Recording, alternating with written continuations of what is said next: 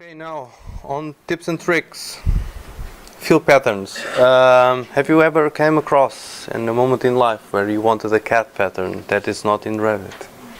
Well, yes. Okay, so how you can do it? You go to the additional settings. For this case, I use the model pattern. So choose the pattern type and click New. Now, on this next window, you'll need to choose Custom because it's a custom pattern that you're going to include.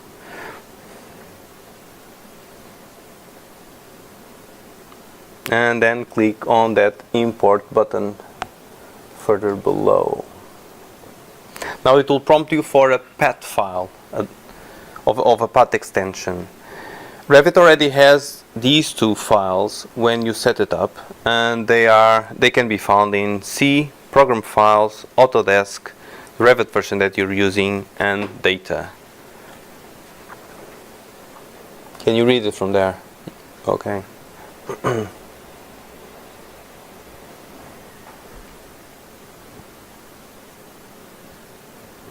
Okay, there was some problem while downloading the files then. Back to Revit. Okay, so go to Manage, Additional Settings, Fill Patterns. In this case, we're going to add a model fill pattern. Click New, Custom, import the path file. Now, hopefully, Program Files, Autodesk, Revit 2015, Data, here they are, the metric and the other one. This one also has more information on how to create your own pattern files. And there you go, we have other model type patterns that you can use. Here's the new one, the woodboard one. If you want to create a new one, you'll need to go through the same process, custom. It saves the last imported path file. You choose a different one, in this case say brick, click OK, and there's a new pattern.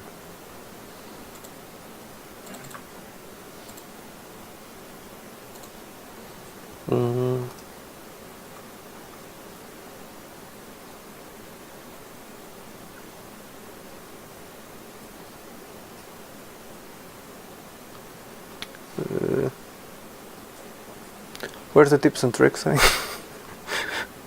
Oh, here it is. Okay.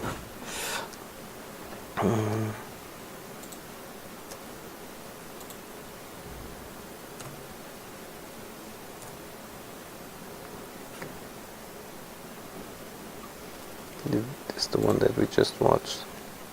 Okay, now, good. So the other example is by using the Revit path files. If you want to actually import one from the AutoCAD, which are a bit different, you'll need to go through the same process, but you'll need to access the AutoCAD ISO.path file that holds all the patterns. And for a particular case, if you want to add a new model fill pattern, you just need to edit the pattern description a wee bit so that Revit recognizes the pattern description as of the model type. So I'm going now to the AutoCAD folder, which is under C, Program Files, Autodesk, AutoCAD version, User Data Cache, and -US support. They really make it very easier for you to find these files, right? I'm going to choose the AutoCAD ISO.path, and it says no model type patterns found, the one straight from AutoCAD. So you're going to open this file and just append that small piece of text string that allows for Revit to identify a pattern as a model file pattern. So again, the folder structure. So you're editing this in Notepad, and all you need to type right after the name of the pattern, in this case okay.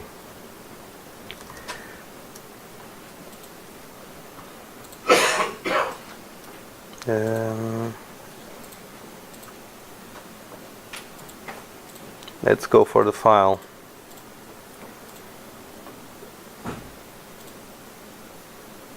AutoCAD 2016. User data cache and support. Okay, here it is. Oh, sorry. So no model type found.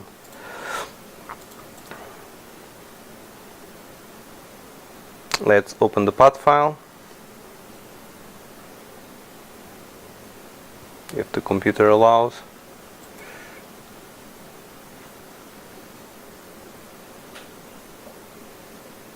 Open. Now, save for, I don't know, the angle steel. All you need to do is to type enter, semicolon, percentage, type, equal model. Right after the pattern description. The pattern description, sorry, the pattern name, not the pattern description. The description is this set of numbers here. The pattern name starts with a star. Okay. Just going to save this file to my desktop because I don't want to overwrite the one from AutoCAD. Let's keep the name the same and let's close it.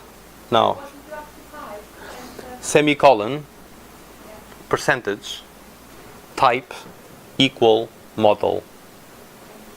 So if you go to your desktop, select the edited file, and this time we'll recognize all the patterns which have that type equals model text string attached to it. Of course, if you want to import more than one, you'll need to go and add that to every single line. But after you do that, get a blast from the past like an AutoCAD pattern. Okay.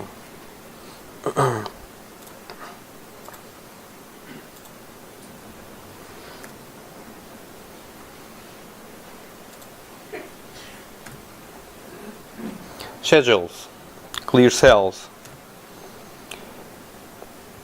So you know that you have the schedule name here. I don't. Okay. Hopefully it will not make this video short. And you know that if you rename the schedule in the project browser, the new name will show up as a header, right? Because they are both linked.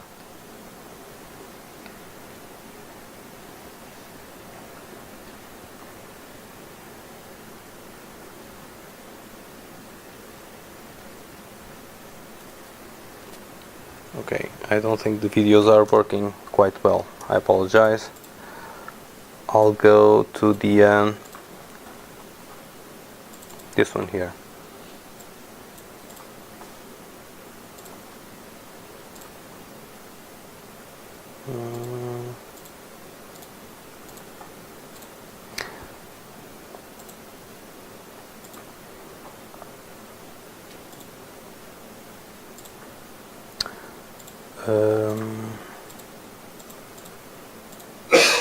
Okay, so you know that if you rename the schedule here, using valid characters, of course, the name here updates, right? But you may want to name your schedule different to the header so that it's more easily managed within the whole schedule list. Okay, so the way you can unlink or break the link between these two, you select the main one and you click this button here called clear cell. What this does, it clears the cell, and now you can type whatever. Okay, and the name will not be affected. The name of the schedule will not be affected by whatever you type here. If you want to go back, all you need to do is select the cell here under parameters, choose schedule, and then in this case view name. You can also link it to, say, the phase or the phase filter that might be used for this schedule, but by default it's the view name. What versions of Revit can you do I think this is since version 2014. It's quite old, this one. Another option could be, so you have the headers here, right, for the schedule, and let's say that these two belong to the same category of headers, right? You can group them and then type like the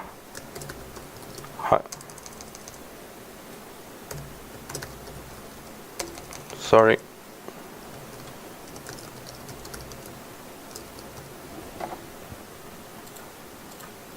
Let me just bring forth the sheet so that, okay, so these, okay, so these two headers are now have a higher grouped one. If, say for instance, if you have like a room schedule with floor finish, wall finish, ceilings finish, and you want to group them all under the finish title, you just select those three, click the group, then you type finishings.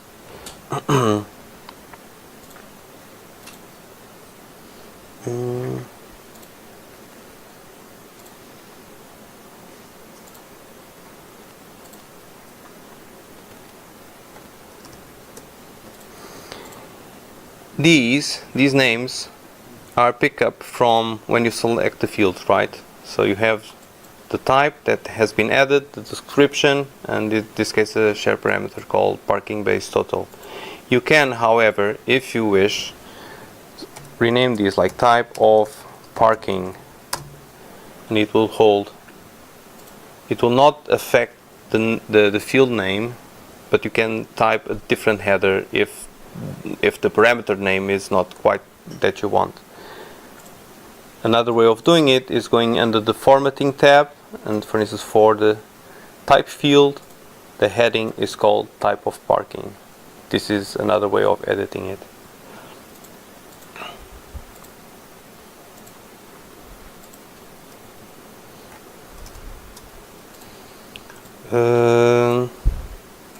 Don't have a room schedule here. Let me just create one on the fly.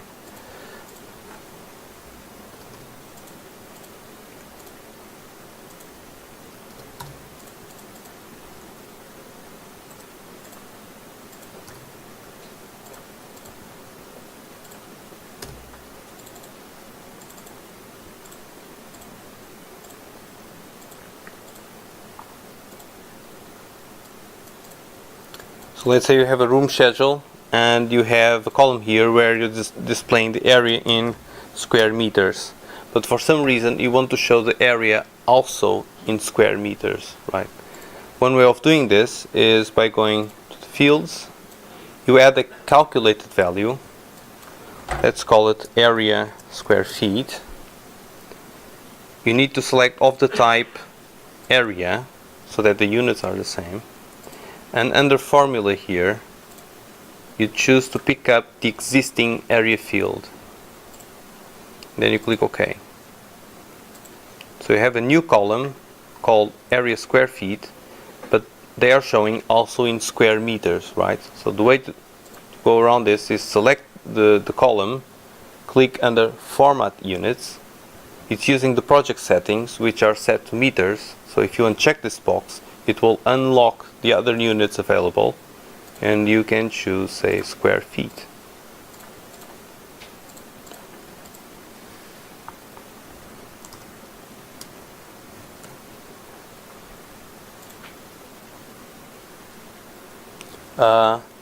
Yours is better than mine on the borders. Kevin also has one on borders and shadings. Okay, thank you.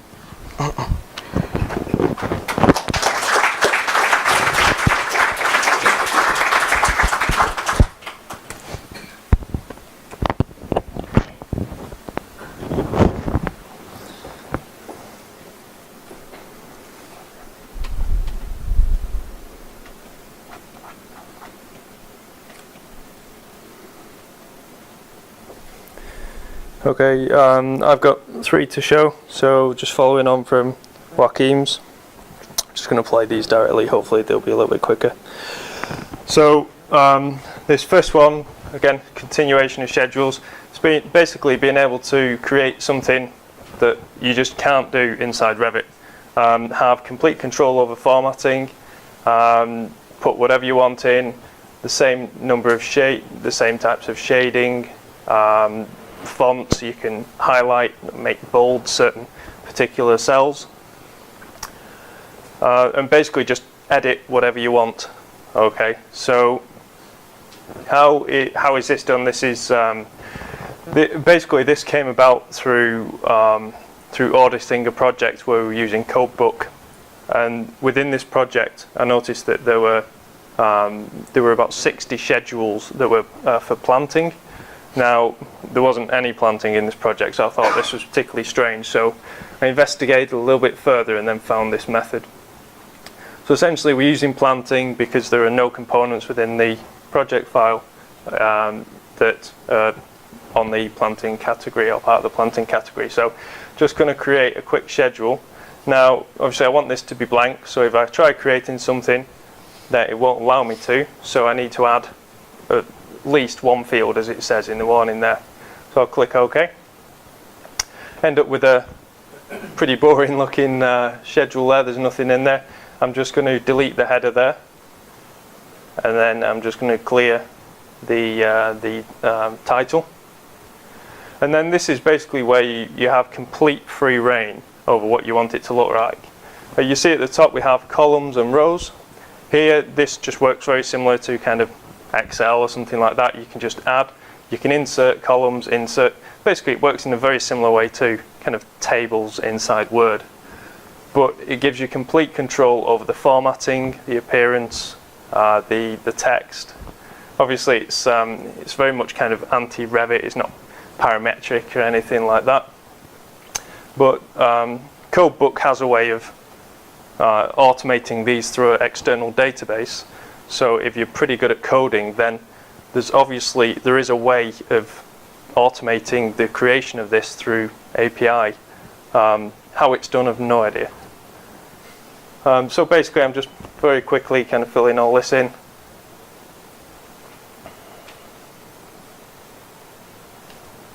Obviously not quick enough. And then you can just kind of go at it with your shading. You can do whatever you want. Shade as many cells as you like. And if you tried formatting or using the shading and the border colors and the borders and the fonts, you can only go so far with the regular kind of formatting of a normal schedule. With this method, you can create exactly what however you want it to appear.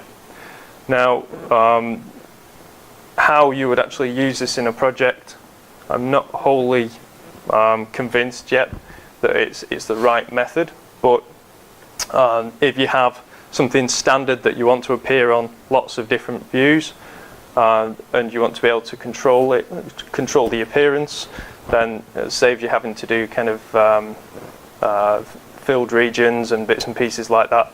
Then this is a potential way of doing it. Okay.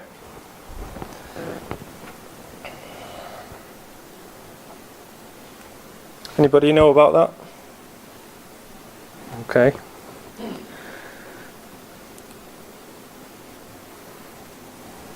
Okay, so the next one, hopefully this will open very shortly.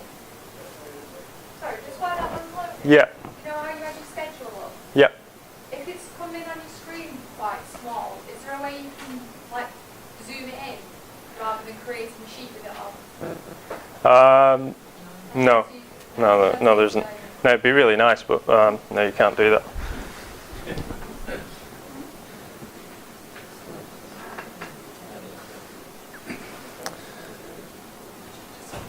Okay. Right, so this is a family-based one, and formulas as well. Really important kind of formulas in terms of getting your families to be really parametric. And this is about using rounding, rounding up, rounding down, and then just using the round formula. And if you try doing this with a length, it tells you using inconsistent units. But if you try doing this with a number, for some strange reason, Revit allows it. Now, the only thing I can think of is because of the way Revit kind of handles the rounding function in the background, that it doesn't, it doesn't de-unit the length. So what you'd have to do is do that manually yourself. So this is going back to your, if you did like A-level physics or something like that, where it's about removing the SI units, the length measurement, the millimeters.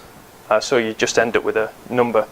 So what we do here, we type length, divide by 1, and you can see there that we're actually dividing by 1 millimeter, which removes the unit.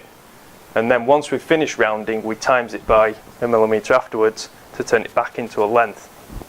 Okay, and that's the only way that Revit will accept that for length parameters. You can also use rounding as a really good way to kind of rationalize these lengths. So if you enter like 50, for example, you can get it to essentially round the family to the nearest 50, or you could use integers for something like that as well.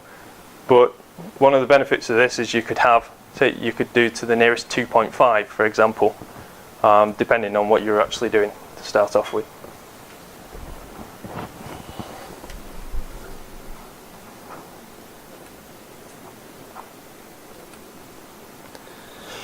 Okay, so final one for me. This is, you've got a project, this is something you have to use with caution, I add. So we've got a tree that we know we want to locate. This could be anything, this could be a bollard, it could be a manhole, it could be something within your building that somebody tells you about the coordinates. And you want to find a location for this. There are multiple ways of doing this. You could do this using AutoCAD and import a file using shared coordinates. Or you could use Dynamo to place the object at a particular location. But using Revit without any of those extra things, if you turn on your site and you turn on your survey point and your project base point, or you don't actually need the project base point, but the survey point, we would just zoom in down here. If we unclip it, that basically allows you to move the survey point around without actually changing anything. So here you can actually use this by entering the values to find the exact location. And once we've got this location here, we can use that as a marker to place this particular tree. So in demonstrating, you can get that roughly right, but again, you can't really snap to that anyway, so it's not really much point. So I'll get my lovely tree, I'll place it at that point. You can snap to the survey point, and then I'll take the survey point, it still remains unclipped, and I'll just set those values back to 0 again, and then I'll clip it. And there you have it. You have this tree in a known location, and I'll just add a coordinate, and there you go. But you've got to be really careful with this, because if you drag it and it's still clipped, it'll mess up your entire project. Especially if you're using links and stuff like that, and you're using by shared coordinates.